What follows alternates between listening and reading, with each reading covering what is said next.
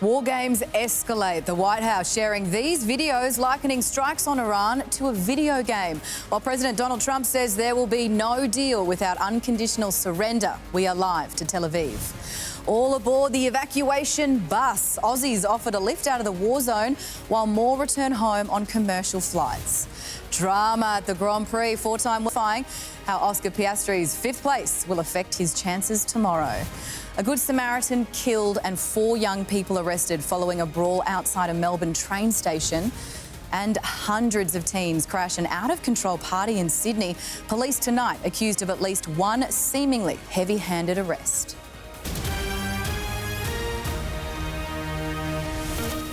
This is 10 News with Georgie, Tunny.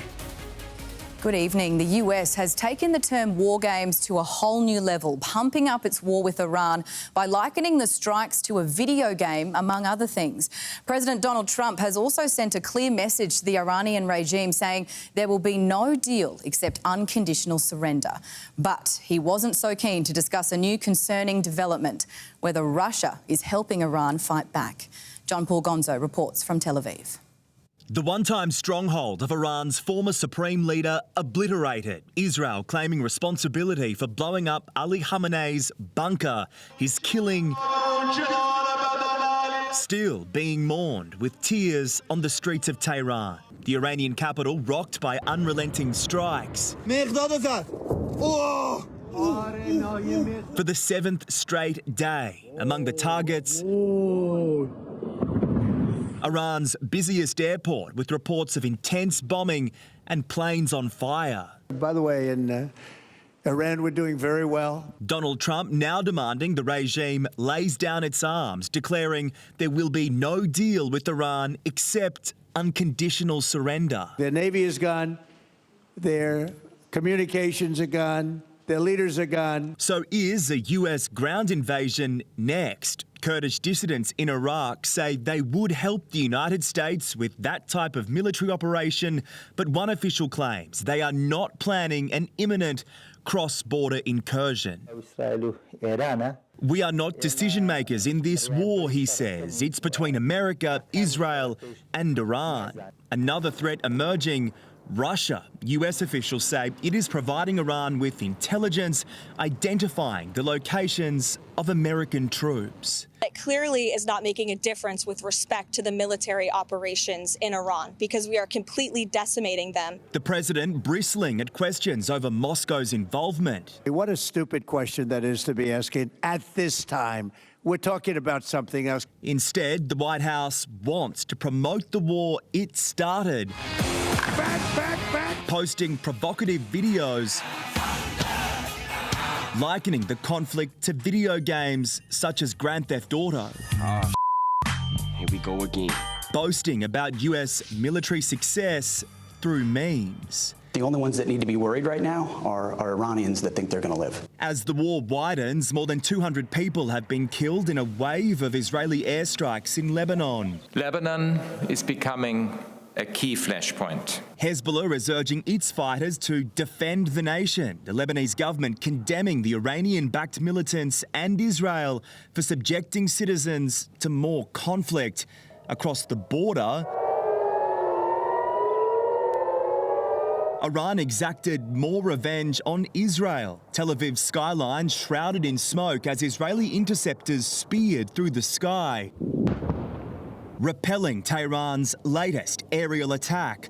Debris from one interception smashed into a residential area, tearing through apartments. Father of 3, Slomi Taja, was in a bomb shelter with his children, but felt what he described as an enormous blast. My dog has just jumped and everything was... I knew that something has happened here. And when I got up, I saw all this mess. The damage isn't contained to just these apartments. The shockwaves shattered windows at homes several metres away, but remarkably, no one was injured. No one wants war at all, but I know that if we don't do what we're doing now, it will be much more worse. And I hope that everything will be over soon. That might be wishful thinking. This war looks likely to last for at least weeks, and maybe months. Well, John Paul Gonzo joins us now. John Paul, you're in Tel Aviv. The US is sending more arms to Israel?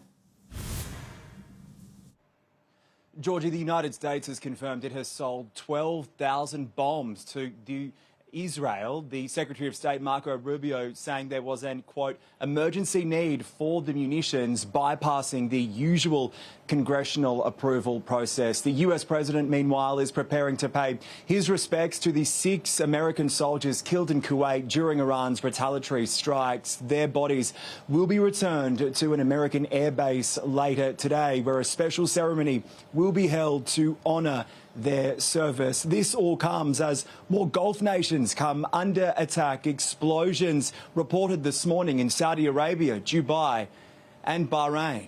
Georgie? JP, we thank you very much for your coverage live there from Israel. Well, Qatar Airways has resumed operations from Doha in the past few hours, giving Aussies another commercial option out of the Middle East. But there are growing concerns that the federal government isn't doing enough to assist those who are stranded in the conflict zone. The criticism coming as the fallout continues after it was confirmed 3 Australians were on board a US submarine when it sank an Iranian warship. Relief and jubilation. Another batch of Australians touching down from the Middle East. These some of the 516 people who arrived home on 4 flights in the last 24 hours. Full of praise for the flight crew. These guys are the heroes. They were legends. Hey, like last night on the flight home, they were absolutely fantastic. But less infatuated with the federal government. The embassy never answered any of their calls.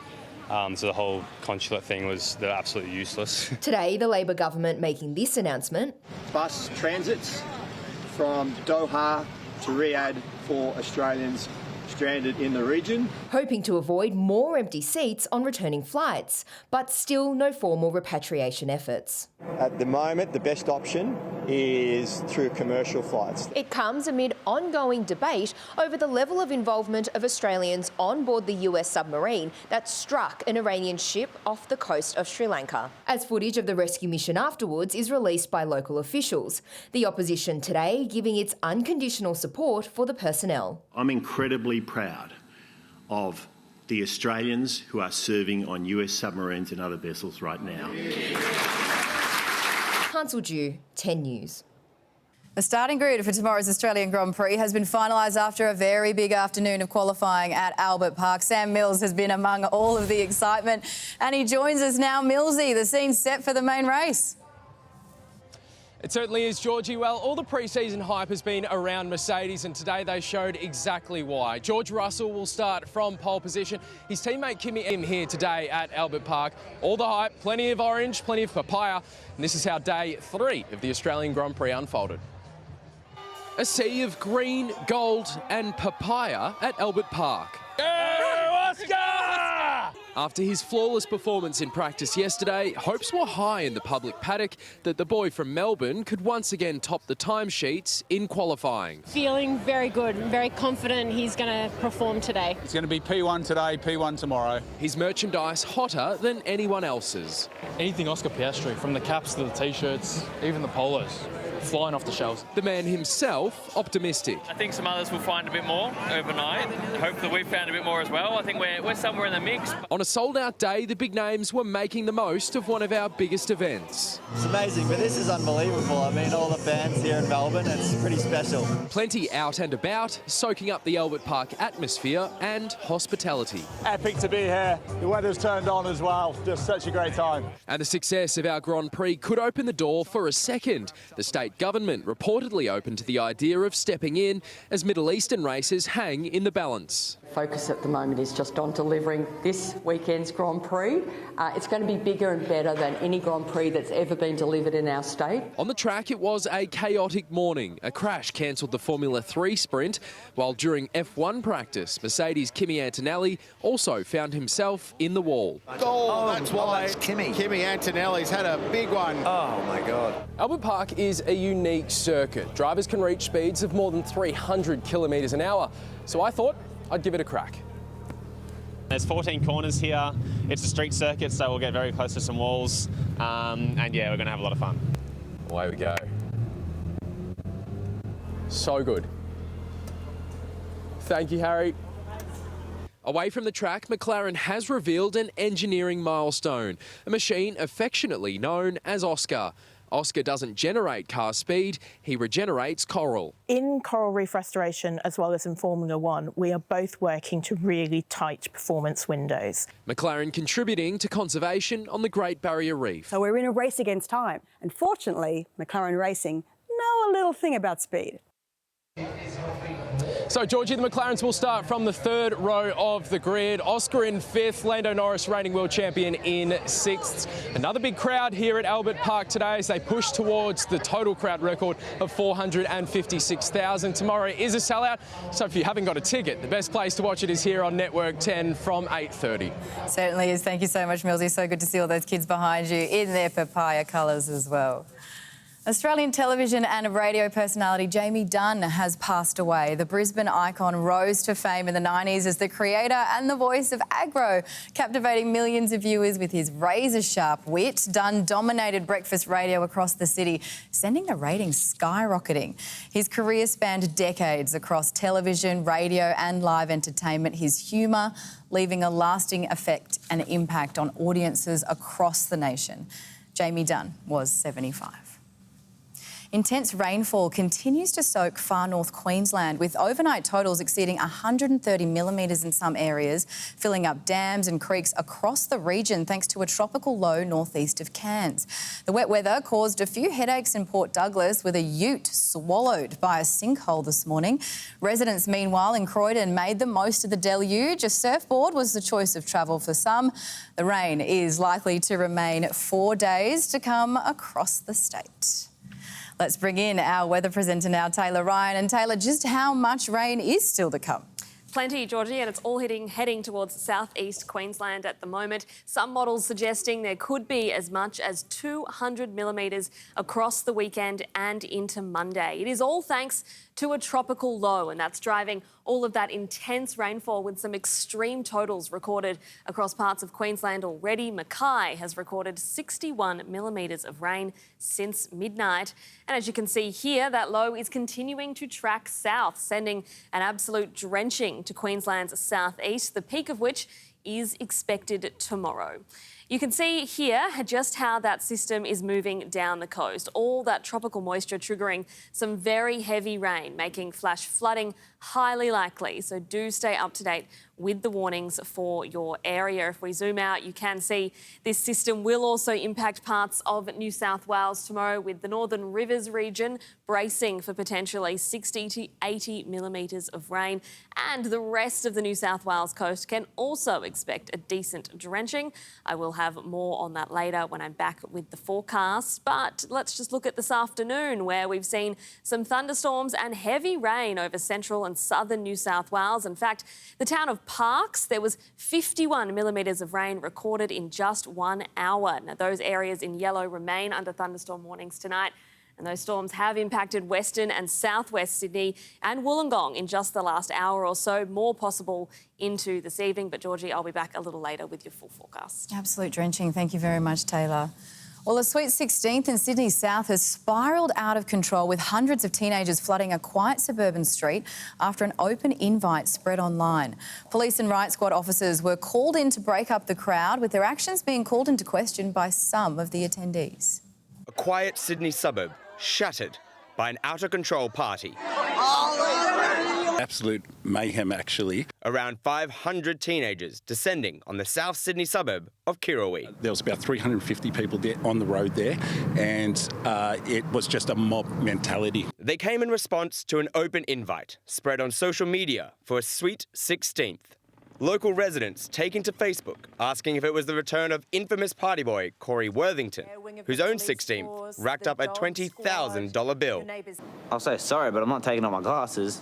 It's unclear what damage this party did, with neighbours telling 10 News the family did not expect to lose control. They certainly didn't mean for all of this to occur. No one would. Local police worked alongside the riot squad to disperse the large crowds, with many of the teens making their way here to the local station as part of their getaway. The police presence now in focus, with one of the party attendees saying it felt heavy-handed. You should have seen how we were being treated.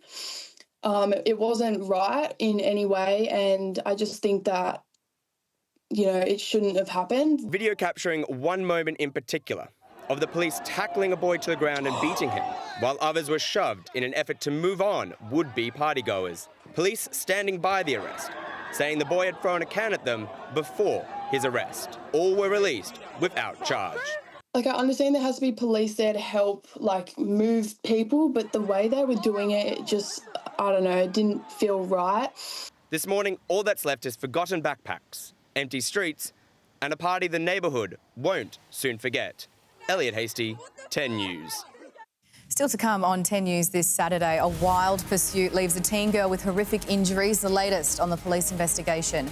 A wild Broncos brawl, the moment fans clash inside Suncorp Stadium, and positively terrifying, a tornado rips through towns, leaving a trail of destruction.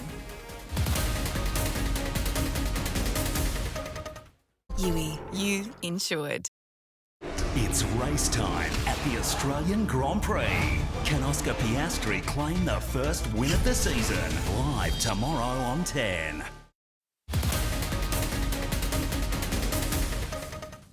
A Good Samaritan on his way home from work has been killed by, allegedly, a group of teens after he bravely stepped in to stop them robbing a schoolboy. The 22-year-old was set upon at a train station in Melbourne's north. Police have 4 teenagers in custody over a crime officers have called cowardly and thuggish. Moments after a savage attack, one of the accused cuffed and confined to a stretcher. As he's rolled into the back of an ambulance, 2 others are apprehended over the other side of the shopping centre.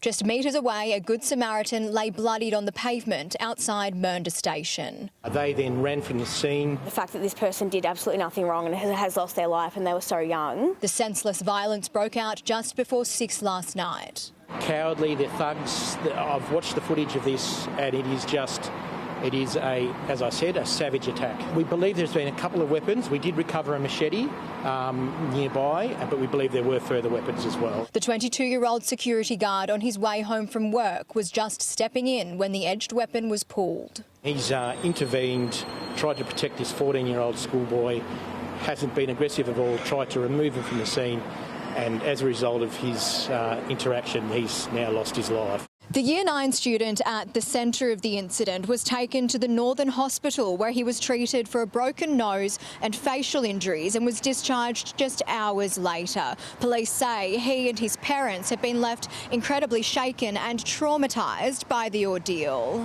To step into an incident like that, put his own life on the line to try and help out this 14-year-old boy has to be commended. One of the alleged offenders was recently released from prison and all are known to police. They're not scared. They're just not scared. They just think that I'm just going to get a slap on the wrist. Rebecca Powell, 10 News. A teenage motorcyclist is before the courts after allegedly leading police on a short but high-speed chase in Sydney's southwest. He's accused of being under the influence of drugs and alcohol when he crashed, leaving a 15-year-old girl with 2 broken legs.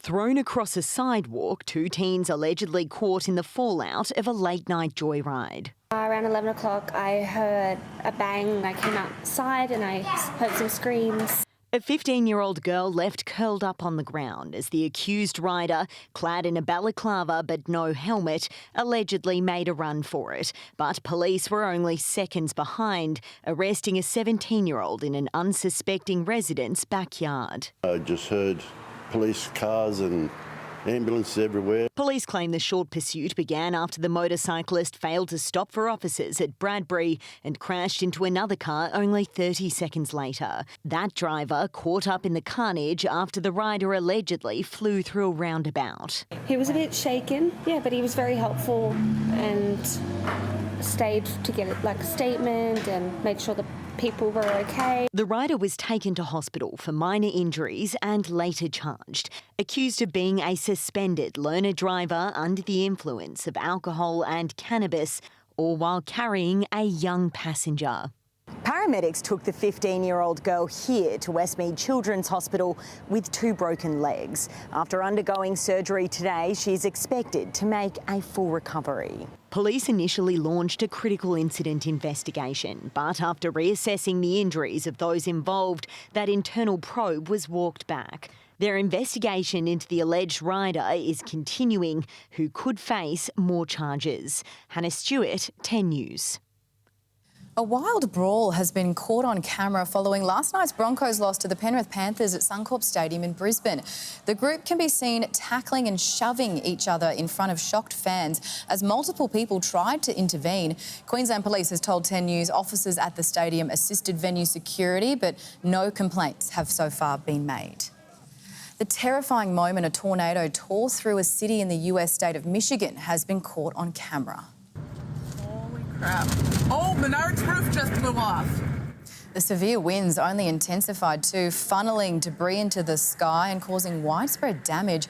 It was just one of many tornadoes to cause destruction across the US in the past 24 hours, part of a dangerous and deadly storm system that swept across the country.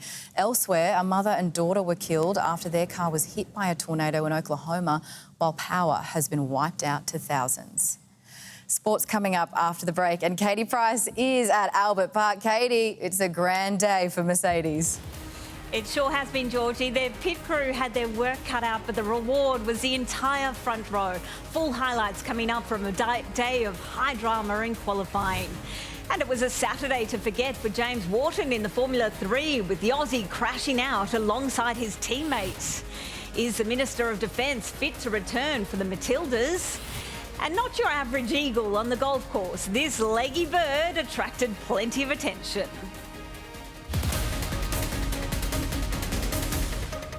Nice of him. Someone else is having a shocker.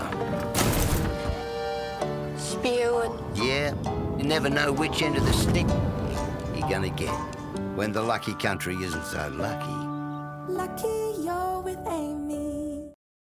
Bring her along. The more the merrier. All right, milk, cheese, butter. Lasagna. Lasagna. Devondale is the dairy range for your signature lasagna. How'd you get it so crispy? Devondale, the cow knows how. At Bunnings, we do a lot to keep our costs low, like buying in bulk, so you get the lowest prices. Stock comes in off the trucks, straight onto the shop floor and out the door. Nothing fancy, just lowest prices. And when we say lowest prices, we mean it. Where you find a competitor's lower price on the same in-stock item, We won't just match it. We'll beat it by 10%. It's just what we do here. Lowest prices are just the beginning. The time to get into Survivor is right now. On the money! What a monster effort! Wow!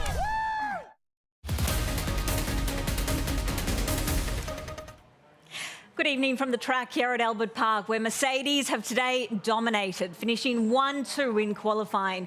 George Russell will start from pole in tomorrow's Grand Prix, ahead of teammate Kimi Antonelli, who was lucky to even be out there, while Oscar Piastri finished 5th. Verstappen dealt an ugly hand, forced to hitch a ride back to the pits on 2 wheels.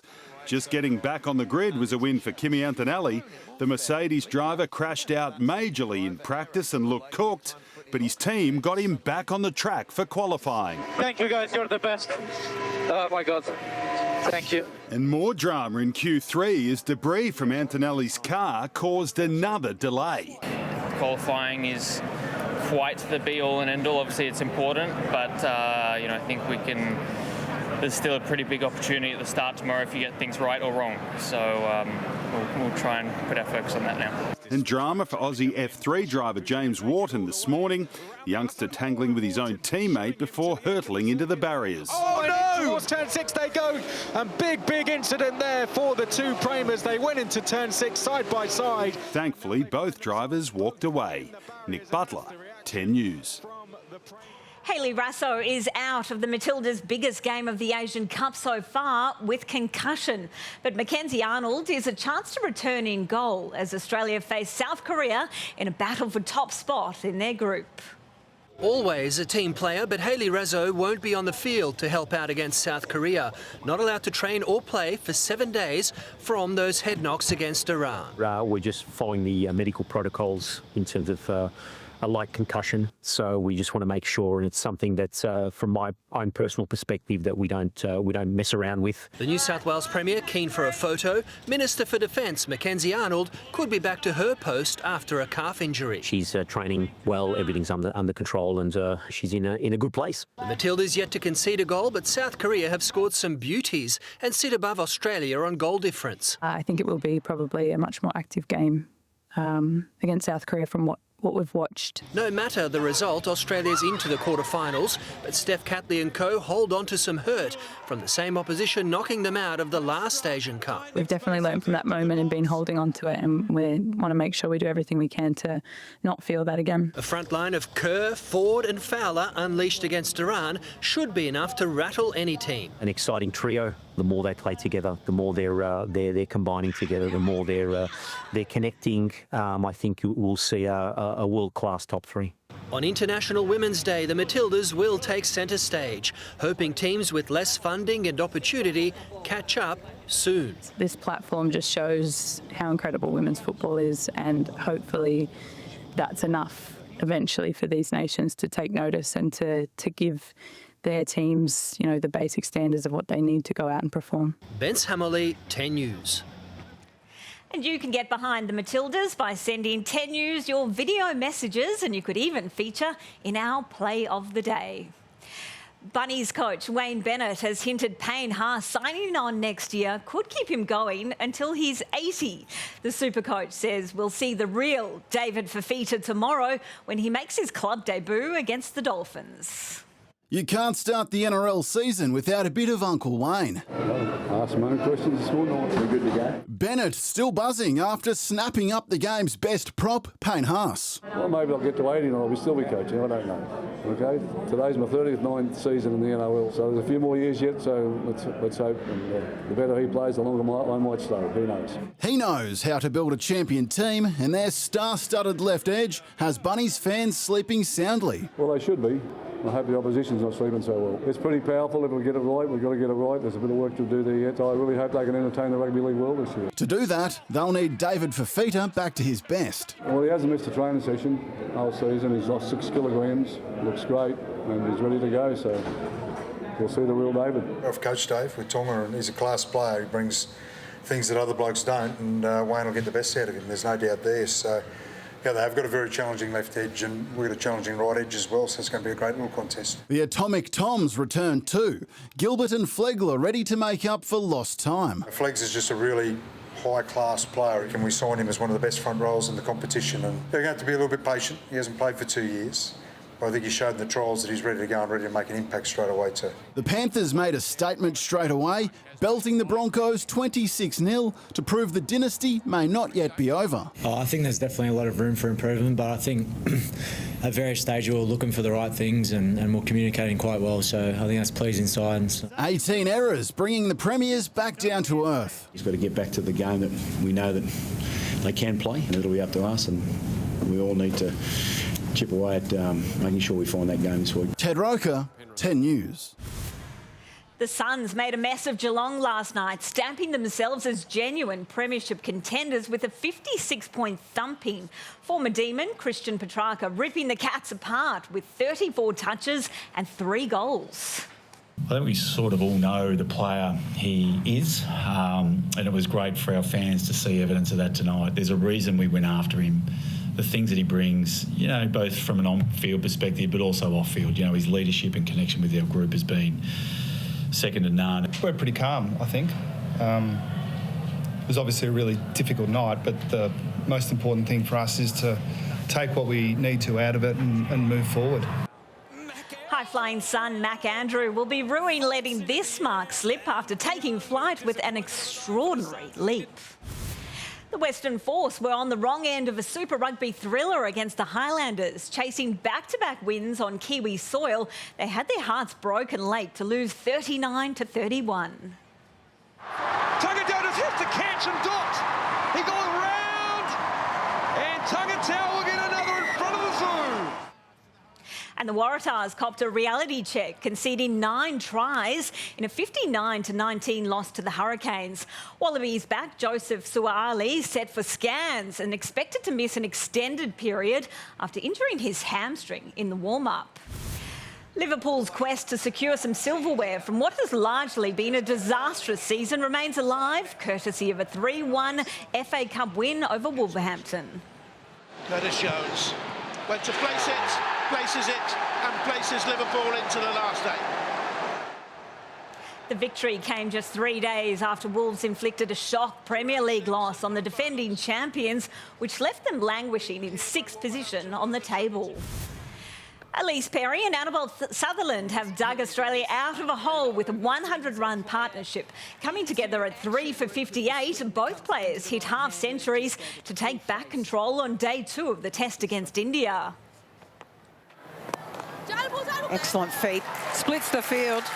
That's going to bring up the 50 for Annabelle Sutherland as well. The Aussies bowled India out for 198 on day 1. 19-year-old Test debutant Lucy Hamilton taking 3 for 31. A boil-over in the Newmarket Handicap with Sydney visitor Cabalas giving jockey Craig Newitt a record 4th win in the time-honoured race. 10 Tyrus out, but it might be too late. Cabalas, 100 metres to go. Gallen Sun is wearing it down. Gallen Sun coming at Cabalas. Cabalas is holding on. Cabalas won the Newmarket. Earlier, Tom Kitten became the first horse to win 2 All-Star Miles with a grinding victory in the $2 million feature. Whilst in Sydney, the Peter Moody and Catherine Coleman trained filly She's Alibi enhanced her star credentials, blitzing the boys in the Group 1 Randwick Guineas.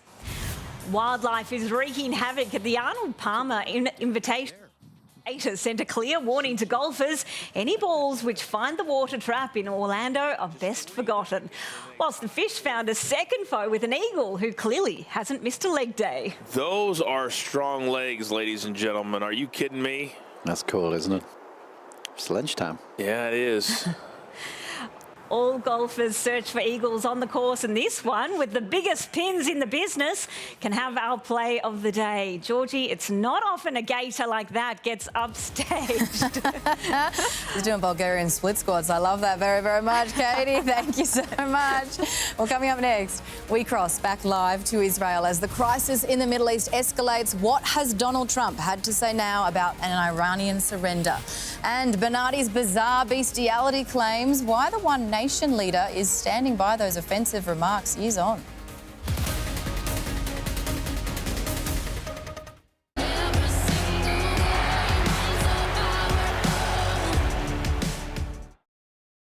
Sweet and juicy grapes are bursting with flavour at Woolworths. And right now, Australian white seedless grapes are a great fresh special, just $4 a kilo. Plus, get triple Everyday Rewards points on every shop. Shop in-store or online today.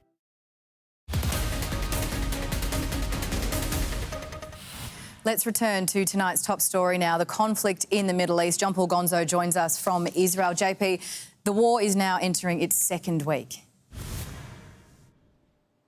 Yes, Georgie, and the losses keep climbing. Another round of major airstrikes across Iran overnight. Israel saying 80 fighter jets targeted dropped more than 200 munitions, across the country, targeting what it says were military sites. The death toll in Iran now more than 1,200. The country's busiest airport also coming under attack, with videos emerging showing intense bombing and planes there on fire. There is no sign there will be any let-up to the fighting. Donald Trump declaring there will be no deal with Tehran, only unconditional surrender from the regime. The United States has also approved the sale of more than 12,000 bombs to Israel. The US Secretary of State describing them as emergency munitions, bypassing the usual congressional approvals process. Now, this conflict does continue to widen. Lebanon also coming under significant Israeli attack, with IDF troops operating on the ground there and also carrying out an aerial assault. Now, there is a brief spot of good news tonight, promising developments coming out of Qatar, where the airspace has finally reopened. It is a partial reopening, the first passenger plane departing Doha Airport since February 28. That aircraft on its way to London. It is hoped, of course, that more planes will be able to depart over the coming days to bring so many people stranded home after being caught in the middle of this spiralling conflict. Georgie? Jean-Paul Gonzo live for us in Israel. We thank you. Former Senator turned One Nation candidate in South Australia's upcoming state election, Corey Bernardi, says he will not apologise for comments he made more than a decade ago linking gay marriage with bestiality. The remarks, once again, lighting a fuse across the political divide. Almost 14 years since Corey Bernardi's controversial comments on gay marriage. It's okay to have consensual sexual relations between humans and animals. And, you know, will that be a future step? The former Liberal senator, now One Nation candidate in this month's South Australian state election, has doubled down, standing by his original comments. So you do still stand by those comments? I stand by 100%. I'm not apologising or retracting anything I've said. I don't think those comments have aged very well. I think they were wrong then and they're even more wrong now. All of us in the LGBTI community have had a gutful of this kind of crap. Mr Bernardi also reportedly claimed he was not fussed if people found the remarks offensive, even backing One Nation's leader Pauline Hanson after she suggested there are no good Muslims, a comment that sparked outrage and one Miss Hanson later partially apologised for. I want people here who embrace our way of life, who love what we have in this country, want to make it better, not to change it to be like some Middle Eastern kingdom. Corey and Pauline Hanson are both cut from the same mean-spirited cloth, and they should both be equally ashamed of what they've said. With South Australians heading to the polls in 2 weeks' time, Mr Bernardi is leading One Nation's Legislative Council ticket. Recent polling suggests One Nation's primary vote will eclipse the Liberal parties, relegating them to third in the upcoming state election. South Australians head to pre-polling next week. One Nation were contacted for comment. Josh Webster, 10 News. A 13-year-old boy who swam for hours through rough swells to get help for his mother and two siblings has been reunited with rescuers in Western Australia's southwest. Austin Appleby vowing to get back into the ocean for the first time since raising the alarm after they were dragged out to sea near Dunsborough. He and his family met with those who saved their lives. It's nice being called a hero, but these guys over here are the real heroes. And so are these two here.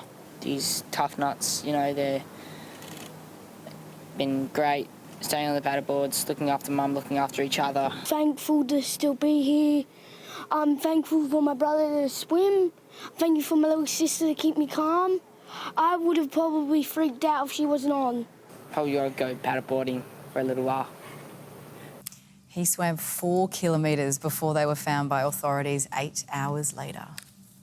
Well, to the New South Wales Central Coast now, where not too long ago a mother was told to get her affairs in order after running out of cancer treatment options. Tonight, she's in complete remission thanks to a groundbreaking immunotherapy trial that's just arrived on Aussie shores.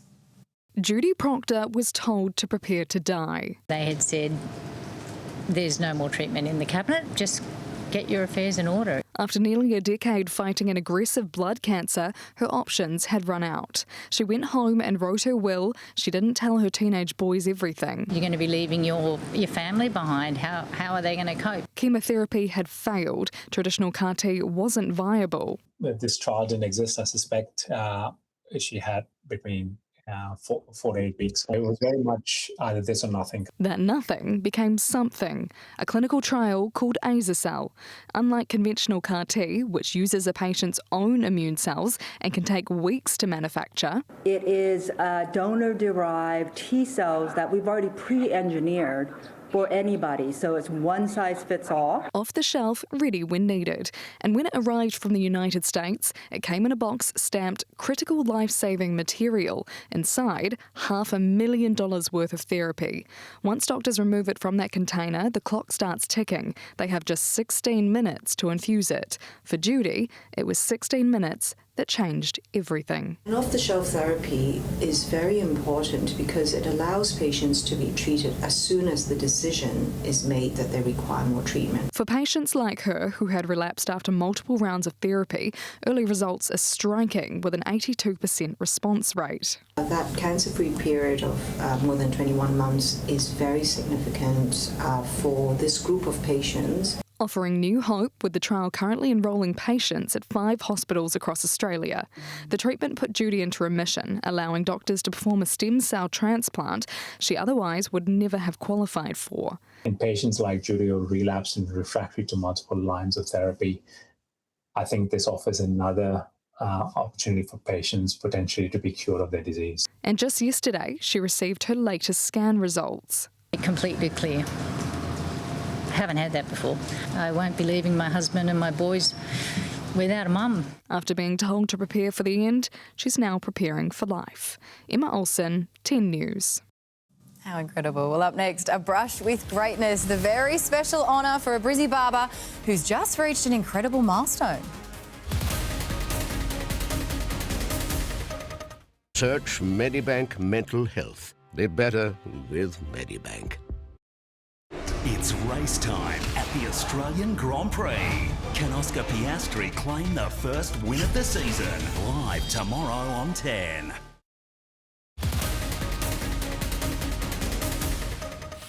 Pope Leo's been gifted a new Pope-mobile, and talk about Pimp My Ride. The Pontiff's new whip is a custom Ford Explorer paid for by the boss of Ford himself. The interior has personal touches, including the skyline of the Vatican and also of Chicago, where the Pope was born. Now, he's been on the tools since he was a teen, and at the grand age of 85, Brisbane barber Charlie Perella is still trimming the locks of loyal customers. Today, crowds flocked to celebrate his service to the community. On a suburban street corner in Brisbane, a barber is brought to tears as Charlie Perella Place is officially unveiled. I'm so happy that you're all here today for me. He's been cutting hair since he was 13, learning his trade in Italy. He opened his shop in Hendra in 1968, styling, cutting and caring for customers to this day. Even I sat in the chair for many years as a kid. It made me very emotional. I am emotional because I don't know. I deserve these. I don't know why I deserve these. Everyone from High Commissioners to the United Kingdom to strappers and jockeys. It really is a tremendous time. A great recognition for Charlie. A celebration drawing plenty of attention. 150 people relishing the chance to celebrate their favourite barber, customers who've become family. We always bring him a few samples of any biscuits or slices or cakes that we've been baking. So, yeah, we're looking forward to many more years with Charlie. Charlie is such an absolute icon in the Hendra community. He has cut everyone's hair. He's cut generations of hair. Very, very nice. Yeah, I love my job. I've been so lucky. He still has his original chair from Inglewood on the Darling Downs, purchased off the grandfather of Anne Gillespie. You know what he's like. You come here and everyone leaves and they feel better. They feel better. He's a wise man. Now, while Charlie has no plans on slowing down, don't think you can just sit outside the shop and wait for a haircut. His books are firmly closed. Yeah, that's it. No, I come here for my friendship. Have a little chat with my friends. That's the best part. A true cut above the rest. Brendan Smith, 10 News. A young postie from Western Australia has gone viral, delivering some smooth moves while on the job. Tom Georgie was captured on security cameras trying to drop off a package when he couldn't help but use that slippery surface to recreate Michael Jackson's Billie Jean. The amused homeowner posting the clip online. Wow, sending fans into a spin. Well, coming up next, Taylor's back with all your weather details. Sale. On now at Next Scarley. Love every day in the new 2.2-litre Isuzu MU-X SUV with smooth 8-speed transmission. Love how you live in the new Isuzu MU-X. The Tillies are on fire. Now they face their toughest test yet. Korea Republic for the group top spot. Sunday on 10 and Paramount Plus. Tonight's weather report proudly supported by Paramount Plus, a mountain of entertainment on Paramount Plus.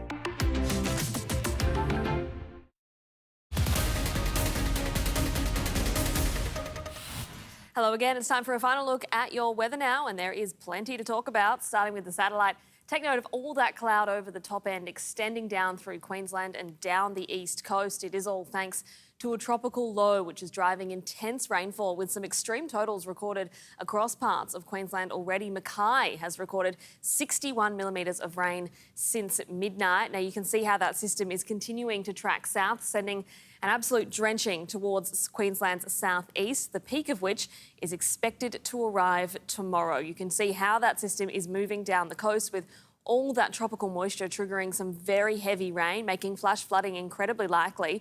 So you should stay up to date with the warnings for your area. Some models predict we could see more than 200 millimetres of accumulated rainfall across southeast Queensland over the weekend and into Monday. Now that system will also impact parts of New South Wales. The northern rivers in particular bracing for potentially 60 to 80 millimetres tomorrow, and with that of course comes the risk of flooding. The rest of the coast can expect a decent drenching too, as a trough and a front move over the Tasman, and that gusty southerly change pushes along the coast late tomorrow. So that could bring some bursts of heavy showers and isolated thunderstorms for the Illawarra, Sydney, Central Coast and Newcastle. Looking at Queensland a little bit more broadly now, those widespread showers and storms forecast for pretty much everywhere, with the entire state under flood watch. Looking ahead at Brisbane, still a couple of days of intense heavy rainfall to come before things start to ease towards the back end of the week. In New South Wales, those showers along the coast and ranges, more widespread along the north coast in particular, with localised heavy falls possible in the northeast of the state. Looking at Sydney tomorrow, a very wet day, up to 35 millimetres expected. Those showers will stick around into Monday too before things dry out a little bit towards the middle of the week, with some showers returning in time for next weekend. Elsewhere around the country, though, things are looking a lot more settled. A partly cloudy day for most of Victoria tomorrow. In Melbourne, perfect Grand Prix conditions, a sunny top of 26 degrees. Similar conditions into the start of the week before some showers move in across Thursday and Friday. A fine day across most of Tassie tomorrow, albeit a little cool through parts of the south, with some very settled conditions to start the week in Hobart until we get to the tail end of the working week when we could see some showers there.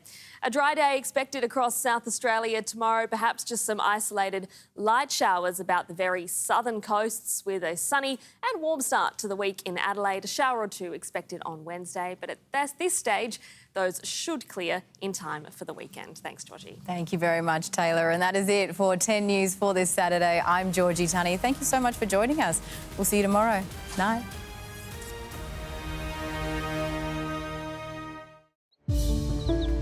Dogs bring this light to your life that nothing else can. Having a rescue dog, you're making a difference. You really